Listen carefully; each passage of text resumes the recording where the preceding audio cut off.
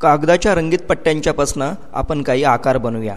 यासाठी आपल्याला लागतील साधारणतः 1 फूट लांबीच्या कडक कागदाच्या काही पट्ट्या, सायकलचा स्पोक आणि 2 प्लास्टिकच्या डिस्क. एका प्लास्टिकच्या डिस्कला मधोमध अशी रिफिल बसवा आणि दुसऱ्या प्लास्टिकच्या डिस्कला मधोमध छोटंसं छिद्र करा. सर्व बाजून जर तुम्ही पाहून घेतलं तर ह्या रंगीत कागदाच्या पट्ट्या आहेत.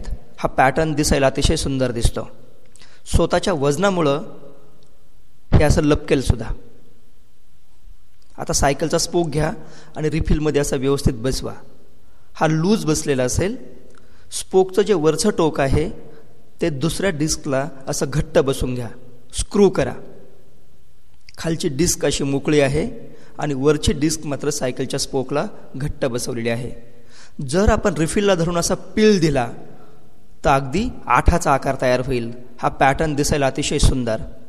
दोन्ही पण बाजूनं पिळवून तुम्हाला असे आठाचे आकार तयार करता येतील. हा जर आकार तुम्ही वरच्या बाजूने पाहिला तर अगदी फुलाप्रमाणे दिसेल. अगदी उमलणाऱ्या फुलाप्रमाणे हा पॅटर्न तुम्हाला तयार करता येईल.